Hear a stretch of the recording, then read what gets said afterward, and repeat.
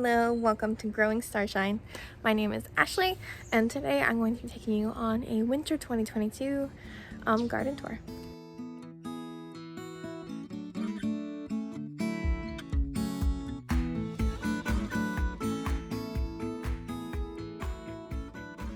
Okay, so I'm going to give you guys a winter garden tour. End of winter. Spring hasn't started here. It is the end of February. So the garden looks kind of sad. It doesn't look like there's much going on. There is. Everything's just in its baby stage, so. And I've got a lot of cleanup to do, from weeds overgrowing and things dying in the winter, so. Even here in Florida, things die in the winter sometimes, especially this year when we got several frosts. Yeah, it hit the coldest weather in 4 years here, so. Starting back here, we have the cucumber wall, which I have just a few baby cucumbers down there. I don't think they're gonna do well. I think I have to replant new ones. I started these a little bit before Christmas, and then when the weather started moving up, I moved them outside, but then we got that, again, once in 4 year freeze, so they didn't do good. They didn't like it. And I think they're stunted, and I don't think they're gonna do anything. I'm still gonna leave them in the ground while I'm starting the other ones, and maybe I'll just plant them in between. I mean, they might still make it as the weather continues to warm up, but we'll see. Okay, and then going along here, we have, these are all kidney beans. And then we have those little spriggy things are garlic. We've got tomatoes back along the bamboo trellis. All different types of tomatoes. And to be honest, I mixed them up, the tags, so I don't know what kind they are until they start forming tomatoes, and I'll be able to tell. And then these are all black beans. I have more garlic that I just planted along that bamboo stick. I put like a bamboo stick down just to mark where the garlic is until it comes up, just so I don't think it's grass or weed or anything else. Because I have not mulched this area. As you can see, I've mulched it a little bit, but I still need to mulch it a lot to block out all those weeds. And then down here, this is where we planted all our strawberries. And then this is, oh, we have our trees, obviously. We have our olive tree over there, the big tall one, which has not produced olives yet. It is 5 years old, so I have hopes for it. It's grown very fast, though. I mean, you can see it's like a good, oh gosh, 10-12 feet tall, and I think that's pretty good for a 5-year-old tree. These are our lemon trees. So they're doing good. They produce a lot of lemons.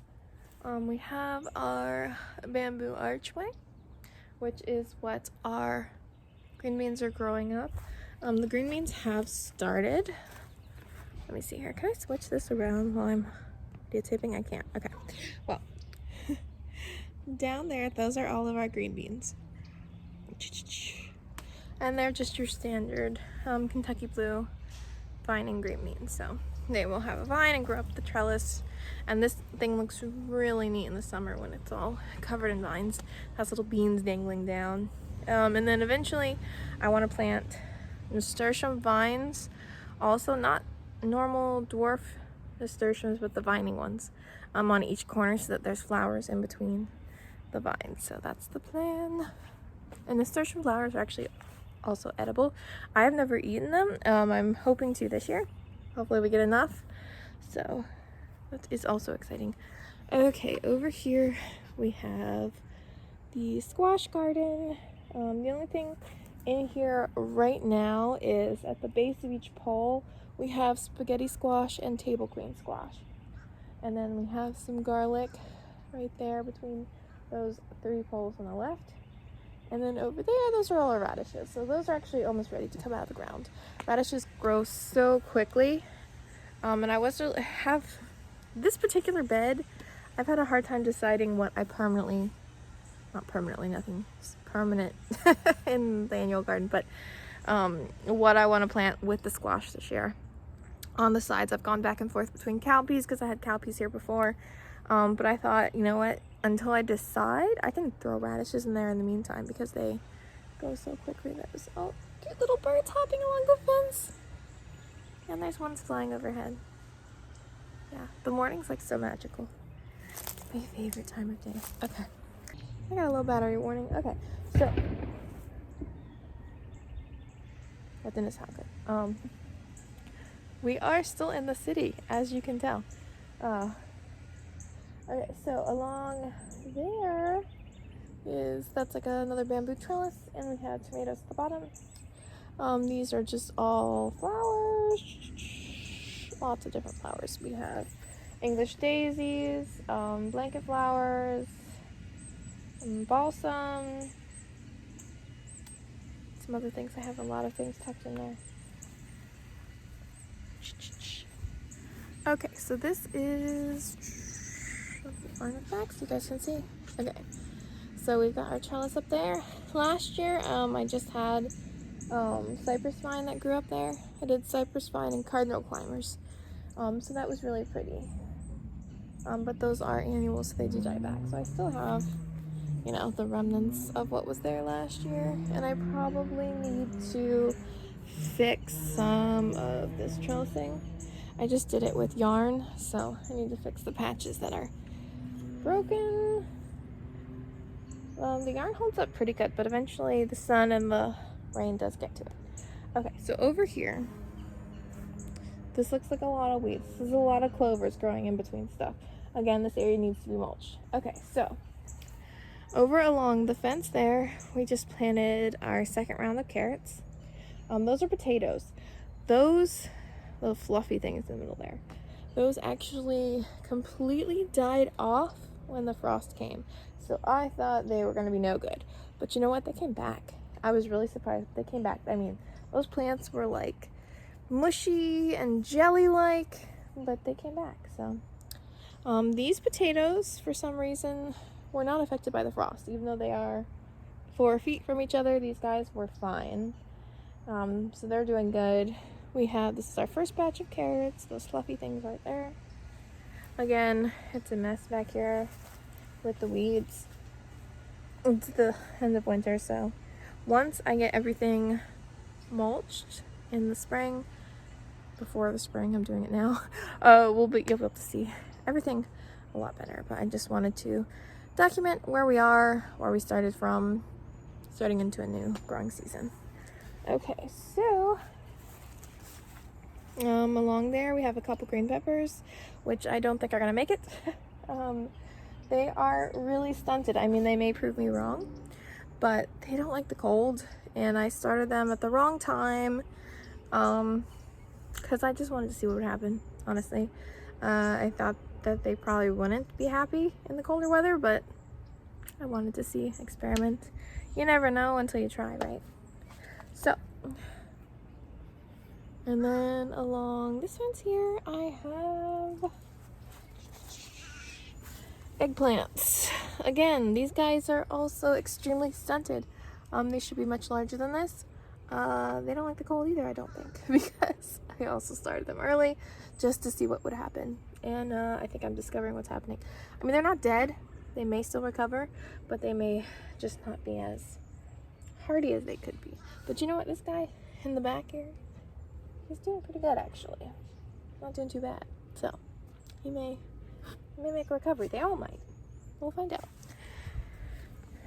It's actually one thing I think is really fun about having a garden, is kind of experimenting and seeing, you know, what nature does. And it's really amazing to me how much, you know, plants want to survive and they try to survive. I mean, those potatoes were dead. They were mush. They were gone, you know, and they came back. So right here we have our avocado tree, our baby little avocado tree. So I had another avocado tree, gosh, probably 3 or 4 years ago, and that thing grew so fast and was getting bigger and bigger. But we had a hurricane come through, and it wasn't that the wind or anything was bad. It was a very mild hurricane, but it rained and it rained and it rained and it rained, and the ground was so soggy, and we had just transplanted it, so it didn't like that. All of its leaves slowly fell off and it died. So last Mother's Day, my mother-in-law actually gave me this, so I'm so happy to have a new one. It hasn't quite taken off yet. It's almost the same size as when we planted it almost a year ago, but I'm hoping this year, when the weather warms up, it's gotten a better root system and it'll kind of start getting some growth on it. Okay, over here we have, it looks like absolutely nothing. I have teeny tiny baby flowers all along here. I have some perennials and I have some annuals. So we have sunflowers in the very corner. I have a Tithonia Mexican sunflower in this corner, and then we have some mammoth sunflowers on both sides. Same with over here. And then in the middle, I believe we have Shasta daisies. We have primroses in the front, forget-me-nots on the side over here, and then black-eyed Susans. Those are the other ones. I left little tags because I knew I would forget. Once they get bigger, they're easier to identify, but in this little baby stage here, I don't know if you guys can see any of them. They're small. They look like weeds. That's also why you'll see I put a lot of bamboo sticks next to small plants, because I want to know that's a plant and I want to make sure I don't step on it or drag a hose over or anything like that. So I always put bamboo sticks by baby plants until they get hardier and healthier, and I don't have to worry about me accidentally killing them. So, okay, this is the melon and strawberry bed. So this is where the fruit is going. I have grapes back there, which grapes don't like it here in Florida. They really don't. And I have not done well with them. I have not, I mean, they're still alive, but they're just not thriving. So, I don't know. I'll keep trying. But, yeah, this is where all of our watermelons and melons are going to go. Honeydews, cantaloupes, all those things. What I want to do is build, there's a beautiful bird on the back fence there. Oh my gosh. He is so cute. But he was so cute. He was like a tan colored bird with like a bright orange beak and a long little tail, chubby little body. So, cute little bird. I usually see a lot of cardinals and blue jays, but I haven't seen him before. Okay, so again, this is where the melons are gonna go. I'm going to be building a probably an arch trellis here. I haven't totally decided what shape I want to do. I've been experimenting with different shaped bamboo trellises, so it won't look quite like that one. So I'll do a video when I decide what I want to do and how I made it. So and that's just to save space. I have little small personal size melons, so I want to grow those up the trellis and then leave the watermelons on the ground, the bigger watermelons. So that just space saving, getting as much out of limited space as we can. Okay, so moving on, we have, that's just a normal tree. There's nothing special about it yet. Okay, so I've had kind of a weird relationship with these trees. I like that they are shade blocking. They kind of give us some privacy, but they don't produce anything. You know, I like things in the garden to produce either a flower or a fruit or a vegetable, produce something. So it's kind of like, you know, eventually I was thinking, oh, maybe I'll have them taken out and I'll grow fruit trees there, but that's, you know, it's expensive and it's a big endeavor. But now that we're growing passion fruit and seeing the way we have passion fruit over there that has just climbed and climbed up our tree, and it's like taking over the tree. So I'm like, passion fruit needs something to climb on. I'll let it climb on these trees. I'll turn these trees into passion fruit trees. Perfect, right? Because I absolutely love passion fruits. I think that's currently my favorite fruit. So these, I have passion fruit growing up. I have a little tiny plant in the back that's going to grow up and hopefully cover this thing in passion fruit vines. Okay, so this is the lettuce and brassica bed. This thing is kind of a mess, as is everything else. Up in front, that's where we have all of our strawberries and our roses. I am growing the stems of the roses that my fiance gave me for Valentine's Day. I have tried to grow roses from stems every single year that he has given flowers to me, and I have never been successful. This is the first year. I think this is gonna work because they had no growth, and look, they're actually growing, which is like blows my mind because I've tried so many years. So yay. Okay, so again, we have some kale back there. We have some cabbages that are bolting like crazy. We have a little bit of lettuce up front that's not looking too happy. I think I need some more compost there. We have some Sisso spinach there that my best friend's mom actually gave me, so I'm excited to try that. That's actually grows into like a perennial kind of bush, but it's spinach. So, and then back here we have those are Brussels sprouts right here, and these are the rutabagas. And then we have cauliflower back there, and in between is some cabbage. We've got some beets down here, just some little things thrown in. There's a random potato growing in the middle there. Oh, and there's some bok choy that's also bolting. Yeah. So, I mean, I think we're still going to use it even though it's bolted. I mean, there's no reason not to use it. It's still perfectly fine. You just don't get as much if it bolts early. These are just plants. I have plants like this everywhere. Pots, things that are going in either areas that are empty right now or areas that I'm building. This is our newest little garden area. This little round thing here. These are the sweet potatoes. Again, my best friend's mom gave me sweet potato slips. So I am so excited. I've been wanting to grow sweet potatoes. Sweet potatoes grow so well here in Florida, from what I hear.